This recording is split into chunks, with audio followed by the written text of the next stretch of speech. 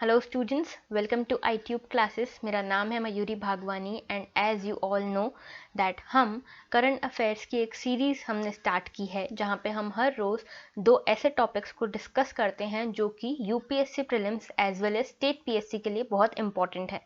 तो देखते हैं आज के टॉपिक्स कौन कौन से हैं। देखिए, आज हमारा पहला टॉपिक है Asia's environmental enforcement award, World Sustainable Development Summit of 2021, and then we will take up a question based on previous video. So let us discuss. पहला टॉपिक है हमारा Asia's environmental enforcement award. Okay, यहाँ पे आप देखिए ये news में इसीलिए था क्योंकि इंडिया की ही एक एनवायरमेंटल बॉडी जिसका नाम है wild life crime control bureau, इस बॉडी को 3 साल में दूसरा सेम अवार्ड मिला है। ठीक है, मतलब कि 2020 का जो एशिया एनवायरमेंटल एनफोर्समेंट अवार्ड है वो wild life crime control bureau को दिया गया है इस साल। एंड इससे पहले भी इस बॉडी को एक बार और इसी अवार्ड से नवाजा जा चुका है। एक बार पहले इसकी न्यूज़ देख लेते हैं हम। तो देखिए, ये पीआईबी की न्यूज़ है, ठीक है, ऑल इंडिया रेडियो की न्यूज़ है। तो यहाँ पे आप देखिए, this is the news of February 2021, और यहाँ पे आप देख सकते हैं wild life crime control bureau receives Asia's environmental enforcement award 2020। ठीक है, तो ये न्यूज़ है, हम इसे डिस्कस कर रहे हैं। ओके, तो सबसे पहले देख लेते हैं कि ये अवार्ड देता कौन है। तो ये अवार्ड दिया जाता है यूएनईपी के द्वारा। देखो, ये चीज़ बहुत इंपॉर्टेंट है, याद रखना। क्यों? क्योंकि देखो, बहुत बार ऐसा होता है कि अवार्ड आपसे पूछ लेते हैं, रिपोर्ट्स इंडाइसेस पूछ लेते हैं और पूछते हैं कौन पब्लिश करता है, कौन अवार्ड देता है। तो this is awarded by UNEP, that is UN United Nations Environment Programme. Okay, तो दिस इज़ वेरी इंपॉर्टेंट। आपको जितनी भी रिपोर्ट्स हैं, देखो आपको प्रीलिम्स के लिए क्या क्या प्रिपेयर करना है, जिसमें से क्वेश्चन एक ना एक ज़रूर आएगा। देखो, हमको क्या है ना, यूपीएससी प्रीलिम्स का ट्रेंड समझना है। हम सब कुछ नहीं पढ़ सकते और इतना वास्ट सिलेबस है, आप पूरा 100% कवर नहीं कर सकते।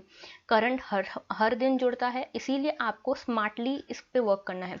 एक तो आपको रिपोर्ट्स जितनी भी मिल रही हैं जो यूपीएससी में प्रीवियस ईयर क्वेश्चंस में पूछी गई हैं या जो भी इम्पोर्टेंट है उस साल, वो सारी रिपोर्ट्स आपको प्रिपेयर करनी है कि किस में कौन सी रिपोर्ट कौन पब्लिश करता है, कौन सा इंडेक्स कौन पब्लिश करता है और इंडिया की क्या रैंक है, क्या इंडिया से रिलेटेड इंपॉर्टेंट चीज़ें हैं उसमें। दूसरी चीज़ आपको जो प्रिपेयर करनी है वो है कमिटीज़। देखो, हमने पिछला वीडियो जो डिस्कस किया था किसान क्रेडिट कार्ड वाला, उसमें एक कमेटी का नाम मैंने आपको बताया था। वो कमेटी कौन सी थी? R V Gupta committee. मैंने उसी वीडियो में आपसे पूछा था कि अशोक दलवई कमेटी किसके लिए बनाई गई थी। तो अशोक दलवई कमेटी, मैं आपको आंसर भी कर देती हूँ, वो बनाई गई थी फार्मर्स की इनकम को डबल करने के लिए बाय 2022। तो ये जो कमिटीज़ हैं ये भी बहुत इंपॉर्टेंट हैं। ठीक है, हर कमेटी इंपॉर्टेंट है। अभी हमने लास्ट वीडियोस में कुछ देखा था कि सीवीसी किसके लिए बनाई गई थी, सीवीसी किस कमेटी के रिकमेंडेशन पे बनाई गई थी। तो इसका आप जवाब मुझे कमेंट सेक्शन में दीजिएगा कि सीवीसी यानी कि सेंट्रल विजिलेंस कमीशन किस कमेटी के रिकमेंडेशन पे बनाई गई थी। तो कमेटीज आपको करनी है, रिपोर्ट्स एंड इंडाइजेस करने हैं आपको। इसके अलावा जो बॉडीज, देखो जहाँ जैसे कि हम यहाँ पे एक बॉडी डिस्कस करने वाले हैं जो कि है wild life crime control bureau. इस तरह की आपकी और भी बॉडीज हैं जो न्यूज़ में हमेशा रहती हैं। सीपीसीबी हो गया जो पॉल्यूशन कंट्रोल बोर्ड है, एनजीटी हो गया नेशनल ग्रीन ट्रिब्यूनल। इस तरह की बॉडीज़ के बारे में आपको पता होना चाहिए। एनवायरमेंट से रिलेटेड जितनी भी बॉडीज़ हैं दे आर वेरी इंपॉर्टेंट। कौन कहाँ पे बनी है, कब बनी है, कौन इसका चेयरमैन है, पीएम का कोई रोल है क्या इसमें, फंक्शन क्या है, स्टैट्यूटरी बॉडी है, पार्लियामेंट्री बॉडी है, कौन सी बॉडी है, ये सब चीज़ें इंपॉर्टेंट हैं। ओके, इसके अलावा आपको जो करंट अभी चल रहा है वो सब तो आपको करना ही है और ज़्यादा से ज़्यादा एमसीक्यूज़ प्रैक्टिस करने हैं। ओके, चलो वापस से टॉपिक पे आते हैं। एशिया एनवायरमेंटल एनफोर्समेंट अवार्ड की बात कर रहे थे, ये दिया जाता है यूएनईपी के द्वारा। इसके अलावा देखो, मैंने आपको बताया कि ये जो बॉडी है इसे दूसरी बार अवार्ड मिल रहा है लास्ट 3 सालों में। 2018 में भी इसे इसी अवार्ड से नवाजा गया है and that too in the same category. इस बार कौन सी कैटेगरी में है? इनोवेशन कैटेगरी में। और 2018 में भी इसे इनोवेशन कैटेगरी में नवाजा गया था ये अवार्ड। ओके, नाउ इसकी बात करते हैं wild life crime control bureau की। ये एक स्टैट्यूटरी बॉडी है। अच्छा, स्टैट्यूटरी बॉडी का मतलब क्या होता है? स्टैट्यूटरी बॉडी का मतलब ये होता है कि वो किसी पार्लियामेंट के एक्ट से बनी है, ठीक है। जैसे मैं आपसे अभी बात कर रही थी सीवीसी, सेंट्रल विजिलेंस कमीशन की। स्टार्टिंग में जब ये बनी थी तो ये एक एग्जीक्यूटिव ऑर्डर से बनी थी। एग्जीक्यूटिव ऑर्डर से बने होने के कारण ये एक नॉन स्टैट्यूटरी बॉडी थी। आगे जाके 2003 में इसे पार्लियामेंट के एक एक्ट के द्वारा इसे स्टैट्यूटरी बना दिया गया, यानी कि जो बॉडी पहले एक एग्जीक्यूटिव ऑर्डर से बनी थी वो नॉन स्टैट्यूटरी बॉडी थी। जब उसी के लिए एक एक्ट पास किया गया, ठीक है, जैसे सीवीसी एक्ट आया 2003 में, उसके बाद इस बॉडी का स्टेटस बदल के हो गया था स्टैट्यूटरी, ठीक है। तो इस तरह से ये डिफरेंस होता है। अब wild life crime control bureau statutory body है और ये बनाई गई थी वाइल्ड लाइफ प्रोटेक्शन एक्ट के अंतर्गत, ठीक है। मैंने आपको बताया कि आपको बॉडीज पढ़नी है, ठीक है, तो बॉडीज में आपको यही इंपॉर्टेंट चीज़ है कि कौन से एक्ट के अंतर्गत उसे बनाया गया है, ठीक है। अगर स्टैट्यूटरी बॉडी है तो, कॉन्स्टिट्यूशनल बॉडी है तो कौन से आर्टिकल नंबर में आती है ये आपको देखना है। जैसे कि अगर मैं आपसे बात करूं तो एक तो हमने ये पढ़ी wild life crime control bureau, एक और बॉडी है, आप मुझे बताइएगा कि ये किस एक्ट के अंतर्गत बनाई गई है। एक बॉडी का नाम ले रही हूं मैं यहाँ पे, सेंट्रल ग्राउंड वाटर अथॉरिटी। ये बॉडी किस एक्ट के अंतर्गत बनाई गई है ये आप मुझे कमेंट सेक्शन में बताएंगे। ओके, अब मिनिस्ट्री की बात करते हैं तो देखो, मिनिस्ट्री है ministry of environment and forest. Mandate क्या है, काम क्या करता है? देखिए ये क्या करता है, वाइल्ड लाइफ क्राइम जितने भी होते हैं, जैसे कि किसी वाइल्ड लाइफ स्पीसी का स्मगलिंग हो रही है, पोचिंग हो रही है, तो इन सब चीज़ों के अगेंस्ट एक्शन लेते हैं। ओके, हेडक्वार्टर्स कहाँ है? न्यू दिल्ली में है। ओके, इससे ज़्यादा इम्पॉर्टेंट एक और चीज़ है, हेडक्वार्टर्स उतना नहीं पूछा जाता, इम्पॉर्टेंट ये है कि ये पूछा जाता है क्या ये गवर्नमेंट बॉडी है या नॉन गवर्नमेंट बॉडी है, तो ये भी आपको पता होना चाहिए। ओके, अब देखिए इसके अलावा देखो, स्टैट्यूटरी बॉडी है तो ऑब्वियसली गवर्नमेंट बॉडी हुई है ना। अब इसके अलावा रीजनल ऑफिसेज हैं, ओके, और इसके अलावा क्या क्या मेन इनिशिएटिव्स लिए हैं, तो online wild life crime database management system इन्होंने इनिशिएट किया है, जिसमें जितने भी वाइल्ड लाइफ क्राइम्स हुए हैं उनका डेटा एक जगह पे एक डाटाबेस बना के उसके ऊपर उसको टैकल किया जाता है। ओके, इसके अलावा कई सारे ऑपरेशन हैं, जैसे ऑपरेशन सेव कुरमा। ये ऑपरेशन बहुत ज़्यादा फेमस है और ये पहले एग्जाम्स में कई बार पूछा भी जा चुका है।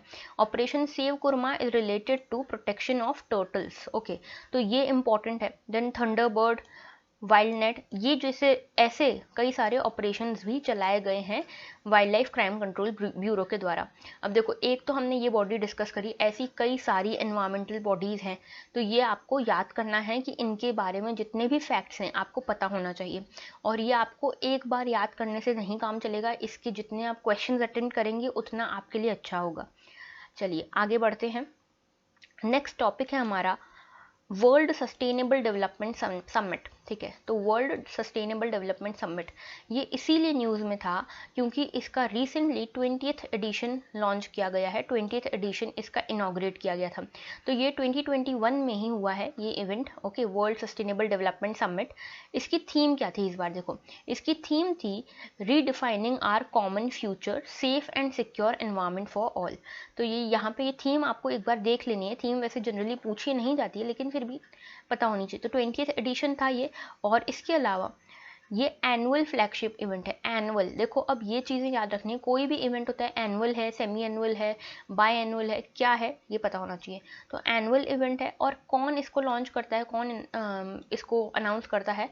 टेरी, यानी कि the energy and resource institute, ठीक है। ये एक नॉन गवर्नमेंटल बॉडी है। देखो कई बार पूछा जाता है गवर्नमेंट बॉडी है कि नॉन गवर्नमेंटल बॉडी है, तो ये एक नॉन गवर्नमेंटल बॉडी है। ओके, इसके बारे में हम आगे पढ़ेंगे।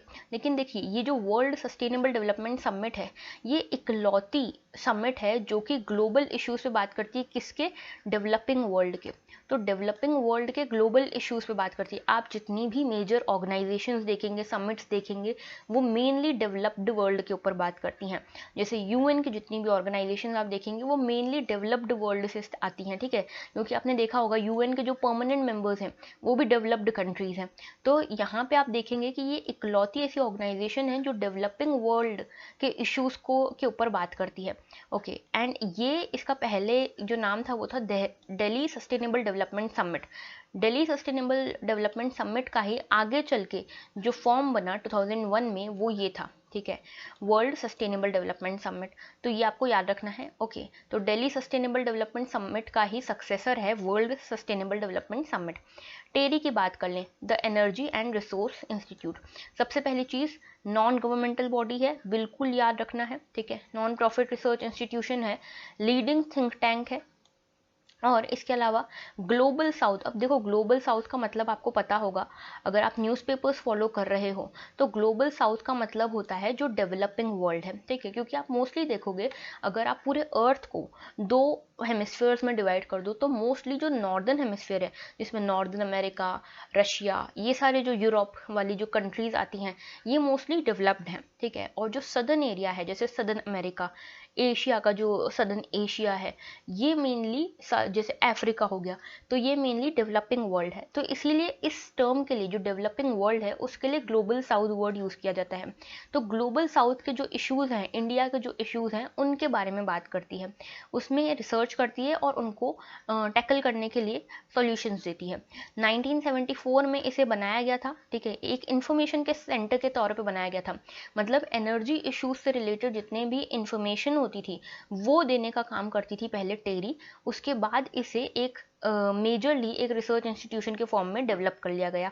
ओके, और अब ये एक रिसर्च इंस्टीट्यूट है, ठीक है, जो कि मेनली सस्टेनेबल डेवलपमेंट की तरफ काम करती है। और इसके अलावा ये कई सारी फील्ड्स में रिसर्च करती है जैसे एनर्जी, एनवायरनमेंट, सस्टेनेबल डेवलपमेंट, जो मैंने आपको ऑलरेडी बताया।